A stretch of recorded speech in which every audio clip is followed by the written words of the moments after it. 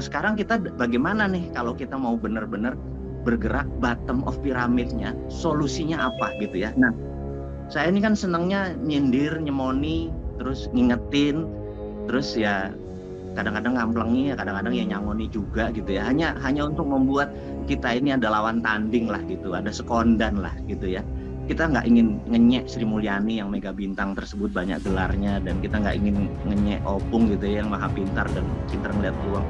Tapi kita ingin lihat sisi lain dari muscle knowledge, jadi otot pengetahuan yang lain untuk diserap. Nah contohnya jadi yang kita anggap adalah, kita tahu ada UMKM, usaha mikro, kecil, dan menengah gitu ya, kita bagi.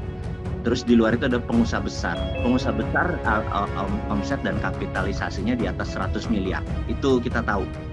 Perusahaan besar di Indonesia ini ada sekitar 24.000 masuk kategori besar dengan omset di atas 50 sampai 100 miliar.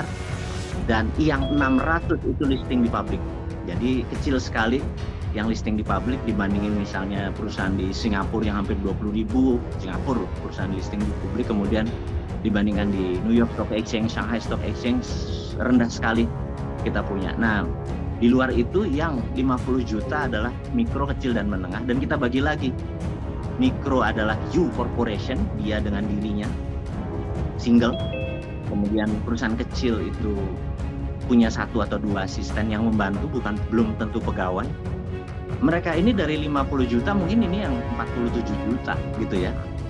Nah kemudian menengah ini ya omsetnya antara 500 juta sampai 50 miliar omset setahun ini, itu masuk kategori kelas menengah. Ini paling duanya 3 juta saja. Nah kita bedakan besar dan UMKM tadi. Yang besar tadi punya sistem yang namanya bank. Kalau mereka perlu dana, bank bisa cairkan karena mereka mempunyai jaminan. Sekali lagi, sistem perbankan ini sistem perbankan ini diciptakan untuk oligar. Sistem perbankan ini diciptakan untuk elitis. Karena syarat meminjamnya adalah aset base. Harus ada aset atau kolateral. Yang kedua, mereka bisa IPO, listing di dana publik yang tidak ada bunganya, nggak ada bagi hasil. Dan yang dilihat adalah kapital atau equity-nya mereka. Nah, apa yang terjadi di UMKM yang kelas kecil ini kan dia udah nggak punya aset, misalnya dia punya 10 ayam geprek, cabangnya 10, tapi tempatnya semua menyewa gitu ya. Nah, sehingga waktu pinjam ke bank nggak bisa, going public nggak nyampe gitu ya. Disinilah perusahaan kami, Santara, sebagai perusahaan urun dana pertama untuk UKM di Indonesia dan terbesar saat ini. Kami baru memiliki 300.000 investor receh. 300.000 investor receh itu naruh antara 5 sampai 10 juta. Jadi saat ini ada sekitar 2 triliun portfolio dari nasabah atau dari investor receh tadi. Dan saat ini kami baru membiayai 88 perusahaan menengah. Ngapunten ini, kami belum bisa mengerjakan perusahaan yang kecil atau mikro karena pembukuan mereka lemah sekali gitu ya. Kita nggak mungkin kayak malaikat bisa menyelamatkan semua orang. Kita ngambil perannya aja, yaitu kelas menengah. Yang 3 juta ini gimana caranya scale up, naik menjadi negara besar. Kalau mau menjadi negara besar, perusahaan yang 50 miliar ke atas omsetnya itu ya harus 20.000, harus 100.000 sampai 200.000 perusahaan, nggak kayak di Indonesia sekarang, tidak sampai 20.000 perusahaan besar gitu ya.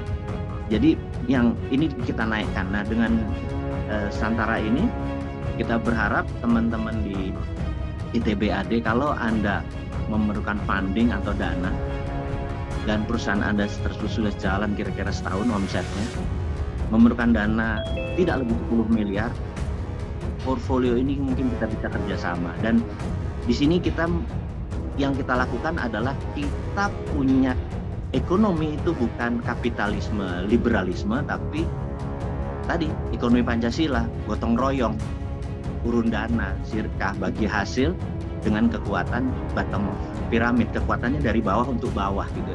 Nah kalau bawah untuk bawah ini bergerak bersama, ini akan naik dan membuat kekayaan indeks Gini kaya dan miskinnya makin mendekat, karena bawah yang kita angkat gitu ya. Karena susah yang atas diturunin, susah, bukan tidak mungkin, susah. Nah itu solusi dari saya pribadi adalah kami membuat Santara, dan kita berharap bergandengan dengan Muhammadiyah, bergandengan dengan ITB AD untuk mengangkat yang dari bawah ke atas gitu ya. Nah kalau yang dari atas ke bawah mungkin di akhir diskusi saya kali ini itu ada, tapi perlu ide gila gitu ya. Adanya gini, di dalam buku psikologi terkenal yang namanya Warren Harding Effect. Warren Harding adalah presiden Amerika 1910, saya lupa ya tepatnya ya. Yang mau ceritakan Warren Harding Effect ini begini. Kita tahu Amerika di tahun 18 sekian sampai 1910 yang namanya orang kaya itu benar-benar oligarki itu lebih kaya bahkan dari Federal Reserve. Bahkan kalau teman-teman boleh cek di Wikipedia, di tahun 1898 Filipina itu minta merdeka dari Spanyol dan dia minta uang kompensasi. Si Spanyol minta 20 billion dolar waktu itu, sekarang nilainya mungkin 10 kali lipat dari itu. Dan Filipina dengan serta-merta minta ke Amerika untuk nebus ke Spanyol dan Amerika tidak punya dana segitu. Amerika Federal Reserve minta bantuan dari Andrew Carnegie. Andrew Carnegie membayar 20 billion US dollar untuk kemerdekaan Filipina, sampai mati dia nggak pernah melihat apa itu Filipina kayak apa. Nah, story-nya bukan Filipina yang merdekanya dibayar ya, beda sama kita, merdekanya adalah dengan perjuangan. Fight kita berbeda gitu ya. Nah, poinnya adalah oligar lebih kaya dari Federal Reserve atau bank sentral. Nah, dengan ketimpangan kayak gitu, setiap presiden mereka bayar, sampailah ya kayak sekarang kita tahu ongkos untuk menjadi presiden itu 9 triliun. Saya tahu Anies nggak punya, Ganjar nggak punya, Ridwan Kamil nggak punya, pasti oligarki di belakang mereka, dan ya akhirnya akan begini terus gitu ya. Nah, ada cara untuk apa yang dilakukan oleh negara Amerika waktu itu di waktu itu ada 3 orang waktu itu lagi duduk di kafe gitu ya. Ini tahun 19 sekian ya. 3 orang nih anggap kayak Denny J.A, Indobarometer, si Kodari itu lagi duduk tuh, apa namanya itu, lembaga survei lah.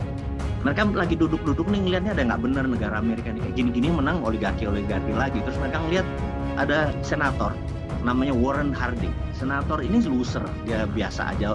Bedanya dia tinggi, gede, ganteng gitu ya. Nah, dia lagi melakukan shoe shining, lagi gosok sepatu biar mengkilatkan. Dulu ada di ujung kafe itu suka ada tukang semir sepatu gitu. Mereka bilang, gimana kalau orang ini kita jadikan presiden gitu ya? Boleh juga nih gitu. Dia memenuhi persyaratan, vokalnya bagus, orangnya tinggi, ganteng gitu ya. Karena seseorang kalau tinggi, dia punya posisi superior. Jadi orang di bawahnya tuh inferior. Dan orang kalau intonasinya bagus, suaranya vokalnya bagus, vocabulary-nya bagus, narasinya bagus, terus dia ganteng, dia akan menjadi mempesona gitu. Dan itu syarat Warren Harding untuk menjadi presiden cukup, tapi otaknya nggak ada gitu ya. Terus bertiganya bilang, mau nggak kamu jadi presiden? Mau gitu ya. Nah, mereka diskusi, Warren Harding ini diskusi dengan orang ini, kamu harus gini, kamu harus gini, kamu gini. Nah, 3 orang ini ngumpulin UKM, dapat 9 triliun lah, to make story short gitu ya. Dan akhirnya jadi presiden beneran. Begitu dia jadi, oligarnya dia tekan gitu ya. Dia tekan, chaos Amerika sampai tahun 1930 sampai akhirnya krisis ekonomi, karena oligar ditekan terus dengan pajak, dengan aturan segala macam, karena untuk bantu yang bawah. Puncaknya adalah 29 Black Monday, collapse saham. Habis itu 1933 presiden baru terpilih FDR, Franklin Delano Roosevelt, dia jadi mengelola dengan printing money yang disebut green back gitu ya. Strategi ini printing money, dia membangun Amerika, dan disitulah kekayaan UKM sejajar, kekayaan negara naik, kekayaan UKM naik, dan oligar sejajar. Jadi triangle tadi menjadi levelnya sama sehingga Amerika menjadi negara seperti saat ini. Nah, di situ 2 hal yang saya pikir teman-teman mudah-mudahan dapat insight dari saya, walaupun sederhana ilmunya. Pertama, bottom of pyramid kita gerak dengan kekuatan berjamaah, urun dana, receh-receh aja menolong UKM. Yang kedua, kalau memang niat kita pilih Warren Harding-nya siapa, Muhammadiyah range semua supaya tidak tergantung dengan oligar, kita do something. Gitu kira-kira dari saya, mudah-mudahan barokah, berkenan. Mohon maaf jika ada kata-kata yang sedikit provokator. Niatnya adalah untuk kita mengingatkan yang hak. Terima kasih semuanya. Wassalamualaikum warahmatullahi wabarakatuh.